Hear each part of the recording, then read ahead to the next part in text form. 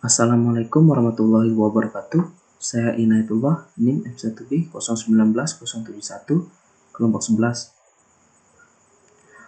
Di sini saya akan menjelaskan laporan praktikum percobaan 2 pengukuran tahanan pertanahan. Pada poin pertama, tujuan praktikum. Bagian A, melakukan metode pengukuran tahanan tanah. Yang bagian B, menganalisis fungsi dari tahanan dalam sistem tenaga listrik. Masuk pada poin kedua, dasar teori, definisi tahanan pentanahan.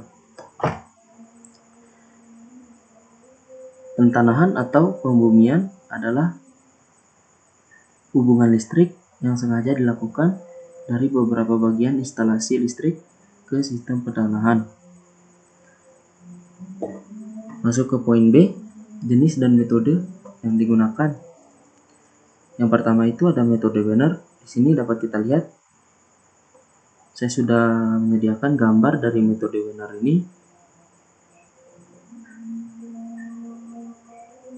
Dalam metode Wenner, keempat elektroda untuk masing-masing tes direnggangkan. Dalam setiap pemasangan, masing-masing berukuran sama secara berdekatan. Susunan Wenner mempunyai dua perspektif pelaksanaan. Pada sisi negatifnya, metode ini membutuhkan kabel yang panjang, elektroda yang besar, dan setiap jarak renggangnya membutuhkan satu orang per elektroda untuk melengkapi penelitian sesuai dengan waktu yang dibutuhkan.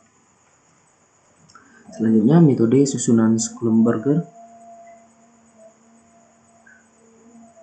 Nah, dapat kita lihat metode susunan Schlumberger ini bertujuan untuk merenggangkan elektroda dengan jarak yang cukup jauh. Itu bertujuan untuk berkurangnya jumlah elektroda bagian dalam untuk mengetahui jarak pisah elektroda bagian luar. Juga dampak pada berkurangnya efek samping dalam hasil tes.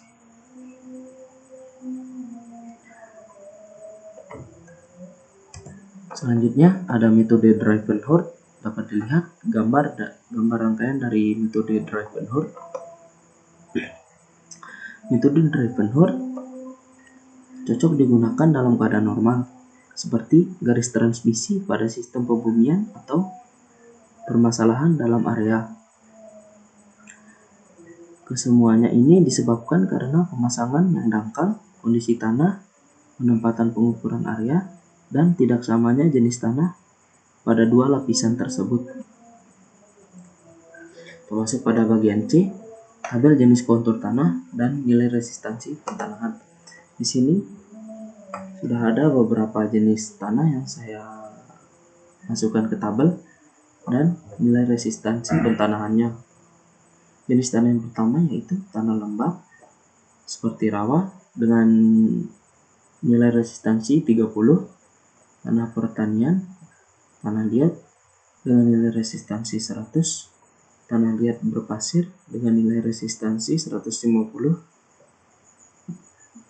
tanah liat lembab berpasir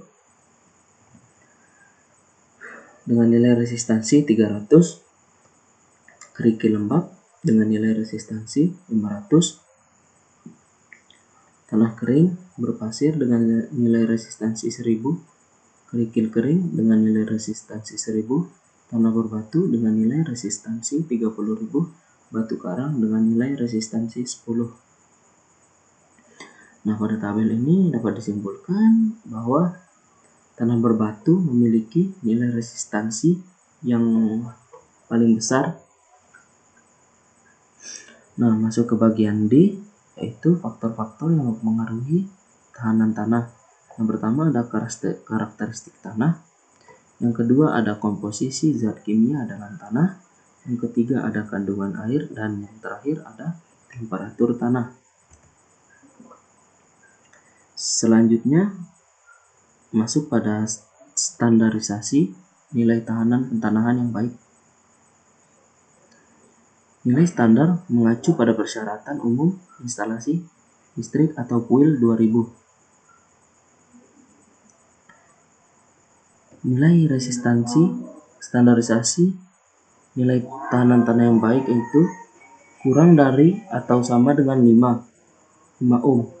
Dijelaskan bahwa nilai sebesar 5 ohm merupakan nilai maksimal atau batas tertinggi dari hasil resistan pembumian atau grounding yang masih bisa ditoleransi. Nah, poin yang terakhir yaitu tegangan pada tanah. Kandungan uap lembab dalam tanah merupakan faktor penentu nilai tegangan tanah. Variasi dari perubahan uap lembab akan membuat perbedaan yang menonjol dalam efektivitas hubungan elektroda pentanahan dengan tanah. Hal ini jelas terlihat pada kandungan uap lembab di bawah 20%. Nilai di atas 20% resistivitas tanah tidak banyak terpengaruh, tetapi di bawah 20% resistivitas tanah meningkat drastis dengan penurunan kandungan uap lembab. Nah, setelah saya dan kelompok saya melakukan atau melaksanakan praktikum percobaan 2 ini, kita dapat menarik kesimpulan, yaitu kesimpulan yang pertama, pentanahan berfungsi untuk menghantarkan arus saat terjadi kebocoran pada isolasi yang dapat merusak peralatan listrik.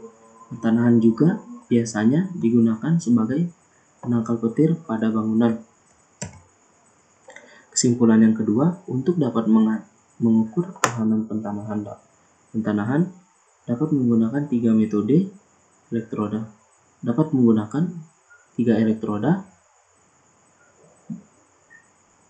Metode 3 elektroda ini dimaksudkan untuk menilai tahanan pentanahan yang terdiri dari 3 batang elektroda. Elektroda tersebut antara lain elektroda E atau earth bumi, elektroda P atau beda potensial, dan elektroda C atau current.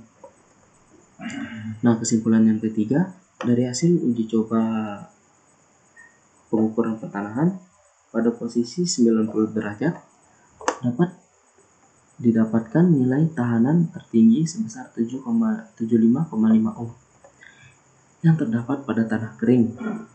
Jarak elektroda P ke C 6 meter, kedalaman elektroda 0,5 meter, dan tahanan terendah sebesar 35 ohm yang terdapat pada tanah basah pada jarak elektroda P ke C yaitu 2 meter, kedalaman elektroda 1 meter. Dari hasil uji coba praktikum ini, pentanahan pada posisi 0 derajat didapat nilai tahanan tertinggi sebesar 75,7 ohm yang terdapat pada tanah kering, jarak P sampai C 6 meter, kedalaman elektroda 0,5 meter, dan tahanan terendah sebesar 34,4 ohm yang terdapat pada tanah basah. Jarak P sampai C 4 meter, kedalaman elektroda 1 meter.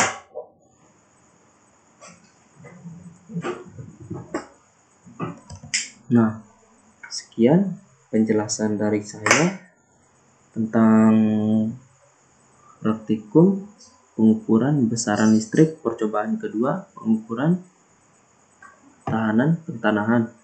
Terima kasih karena telah menyaksikan video ini. Apabila ada kesalahan, saya mohon maaf. Wabillahi taufiq wal hidayah.